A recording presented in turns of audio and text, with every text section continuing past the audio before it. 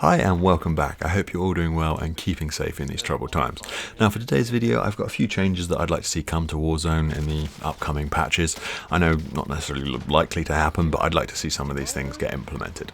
Before I get into the main bulk of today's video, the gameplay playing in the background is an MK9 Bruin win with 3 of my mates. I think it was about 14-15 kills, something like that. And looking back at it, it was quite an old gameplay and I hadn't at that point figured out how to do slide cancelling, so my movement around the map was not particularly great, but it's one of those things that's quite good about watching back some of your gameplays. You kind of see the mistakes you make and you hopefully can remove them from the future gameplays and get better and get more kills and do a little bit better each time. So anyway, moving on to the main topic of today. Before I get into my list of changes that I'd like to see, there's obviously one big one that sort of sits above all other changes that you'd like to see within a game, which is the cheating issue. And I think I've seen more cheaters in the last week than I had in the previous fortnight or weeks prior to that. And I don't know why or what's brought on this new wave, especially as they were meant to have done a big ban wave recently of a load of cheaters, but I have definitely in the last week seen an awful lot more aimbotters. There was a fellow I was playing last night or the night before, and we came across this fella. He was level 155, fully level battle pass, and Damascus camo on all of his weapons, and he was very blatantly using an aimbot. Just every time he scoped in was headshot, and you're like, Jesus, come on. Like, it's got to be quite obvious if you just look at the statistics of some of these players. If they have a stupidly high headshot percentage of like 90+%, the chances that they're cheating is probably quite high. I mean, I don't know exactly what sort of the headshot percentage of some of the pro players are, but I can't believe that it's that high. I know from my time when I was playing Siege, my headshot percentage was about 5%, which was relatively high. Like, pro players were getting 7 or 8% headshot percentage in a game like Siege, which rewards you massively for going for headshots. So the incentive to go for them is huge because it's a one-shot kill. So in a game like this, you'd expect the majority of people to be aiming for the chest shots. That's where most people are going to get their kills. They're not going to just be hitting headshots. So if you see someone just getting headshots pretty much the majority of their kills, and they're dropping 30 kills a game and getting reported by 20 odd people every single game, surely it's quite apparent that person is probably not 100% legit in their playstyle. You look at like the pro players and they're dropping, yeah, they can drop 30, 40, even 50 kills at some points, but they're not doing it every game. Every game they're not getting that much. They probably average about 15 kills a game with a sort of an 8 KD. If you're averaging 30 kills a game with a 30 or a 40 KD, I think you've got to flag that as something that's a little bit fishy with that player, surely. And not just be going, I don't know, I think their current system is they use a system which flags other programs that are running in the background at the same time that Modern Warfare is running. And they'll sort of decide whether that's a program that they've blacklisted and believe that it's going to be giving you a cheat or an advantage within the game, and they'll ban you across that. And I've seen that on Reddit there were an awful lot of people complaining that they haven't been cheating, or allegedly haven't been cheating, but been banned because this program has been running in the background, and Infinity Ward, Activision have flagged this as a program that they believe is going to be able to bring hacks in, whether that's something that runs your mouse, your headset, your keyboard, or even your monitor, or maybe it's a cooling system for your CPU or your graphics card or something like that. So I think maybe they're going about it in the wrong way. But I could be wrong. I'm not a programmer, I'm not a game developer. That's just my 2 cents on it. I'd have thought just tracking the stats.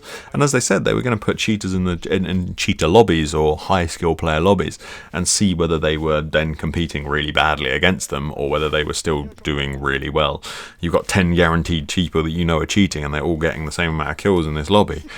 Then yeah, it's probably quite apparent that they're cheating. I just don't quite understand how they're going around it. But anyway, moving on from there, we all know that's an issue, and the people who cheat are scum, and I don't know why you do it. I don't understand the enjoyment in doing it. I don't really see the reward. Like, a lot of the time when I play a game, I do it, if I do well, I feel much better about myself. If I've got a cheat on that's just giving me kills, I don't know how you can feel good about that. Like, it's impressive that you've managed to do that. Oh, my cheat that I spent 15 quid on has guaranteed me to get these kills. I feel really good about that investment of money. I just don't understand that logic. It's not you doing that. You're not getting better at the game just because a computer program is literally clicking on people's heads for you. It doesn't make any sense to me at all.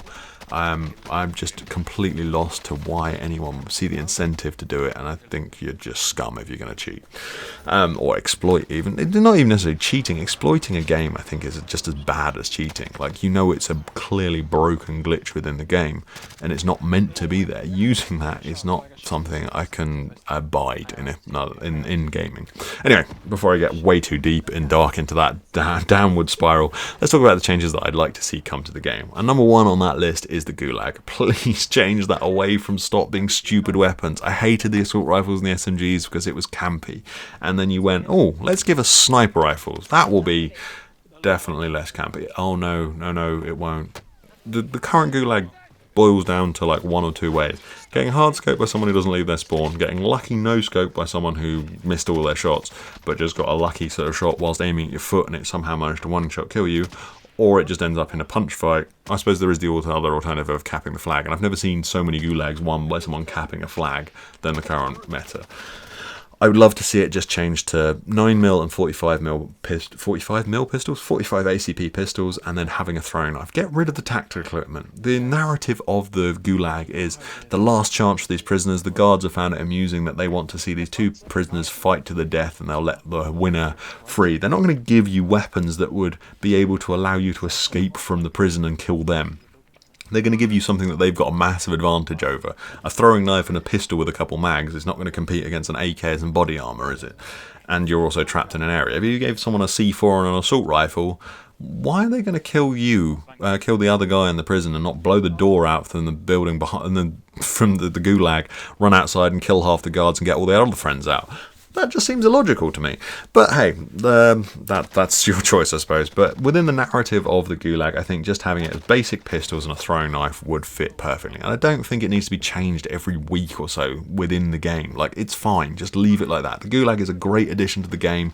Just kiss. Keep it simple, stupid. It was a thing that my dad insisted on me in my entire life to this point, is just keep it simple, stupid.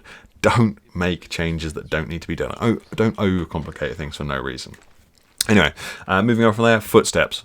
The footstep audio in this game is appalling. Well, it's only in Warzone. On the free weekends, well, they don't actually own the full version of the game, but on the free weekends, it seems fine. I never seem to have an issue with hearing people running around. I think it's just there's so much other audio noise within Warzone. Whether it's the planes flying in, the chests, the gunshots that you can't even see that are outside your mini-map radius. Like, there's too much extra noise, and I think it's sort of drowning out the footsteps. I think they're too quiet anyway, but I think everything else sort of drowns out the game so much.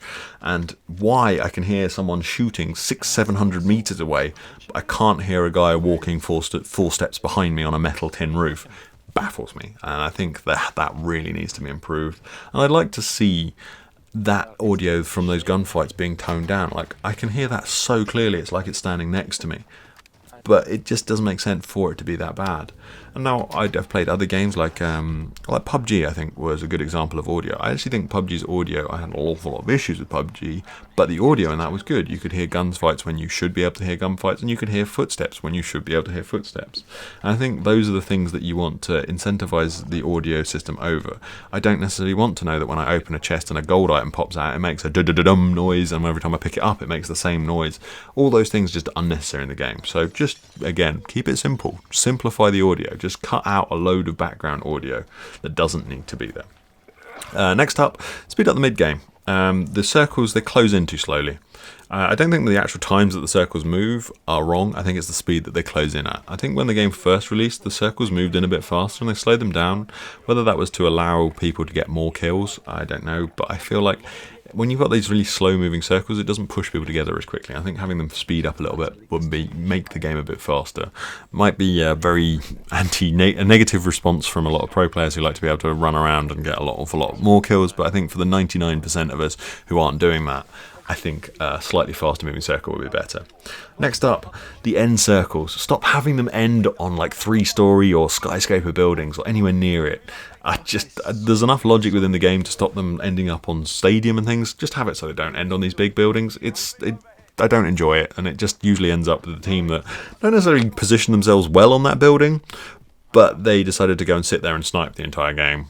And they've got 3 kills, but as an entire 4-man squad, they've got 3 kills sniping. They've used 3 ammunition boxes, but they've got this building as their final thing, and then they're going to win the game because their luck of choosing this building to sit on and do their sniping is going to outplay people who were trying to run around and get kills or actually move around and do something within the game. But I suppose everyone's entitled to their own way of playing, but I don't think it should end on those buildings. I think it's detrimental to the game's health. game's longevity, not health.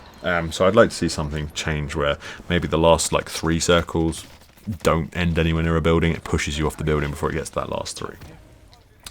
Next up, I think maybe the loadouts are a little bit too cheap in trios and squads. I think it's too easy to just do one contract, loot a couple crates, and you have your loadout and a UAV, and then you can push another squad who doesn't have that. And it's a bit too easy to do at the moment. I don't know whether it's just because they increased the amount of cash drops that are on the ground, because like, I mean, a month or so ago, the cash drops on the ground were much more limited, and there just seems to be an awful lot more money around. Whether that needs to be toned down, or whether I feel that maybe in trios you should have 15 grand for your loadout and 20 grand in squads, so it sort of makes you work a bit harder rather than just do one contract, your loadout there, and then the advantage, if you can do it really quickly, which are usually going to be your above average players, as soon as your above average players then get their loadouts, they've then got an even bigger advantage against your average players, and it gives a more disparatively look at the game, so it gives that big advantage to someone who's much more organised and playing in a very organised team. And I think maybe increasing that cost would sort of bring that divide down, so you wouldn't see people just stomp lobbies quite so easily. I think that's probably going to be a negative review for an awful lot of YouTubers and streamers and things, but I think it would just I think they're just too cheap. Anyway, next up, it's a very minor thing, but shooting whilst you're parachuting, I hate it. Don't know why it's in there. I think it's a stupid addition to the game, and I don't think it brings anything. It's bad in Warzone when you can die before you even get into the game, really. And then in games like Plunder, it's ridiculous. You can fire a full auto assault rifle with perfect accuracy whilst falling at terminal velocity.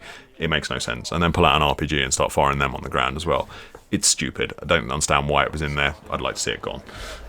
Next one, and this is more of a big one, which is a proper go at weapon tuning. Like, I like to see that they've tuned the FAL up, so it's now a very usable weapon. It's probably a little bit over-tuned maybe, but the tuning they did to the Grau and the MP5 just weren't enough. The MP5 is still one of the best, if not the best, close quarter weapons in the game, and the Grau didn't have the big reductions to it that it should have had. It's still got the best handling out of all the assault rifles, and it's still got the best iron sights out of all the assault rifles. Why giving it the best barrel should give it the best iron sights?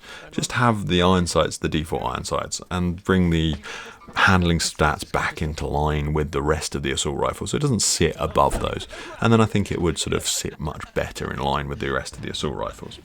Other than that, I think the FR556 needs some love. I don't know whether it's the bullet deviation of the burst at longer ranges, just makes it impossible to use beyond like 20 meters, and I don't know whether damage drop off is too much, so I'll just have it so it's able to do a 2 burst. Just that's a minimum. Even with a 2 burst, it's still only just sort of competitive with some of the full auto weapons, so I don't know exactly how to buff that, but I think it needs some love.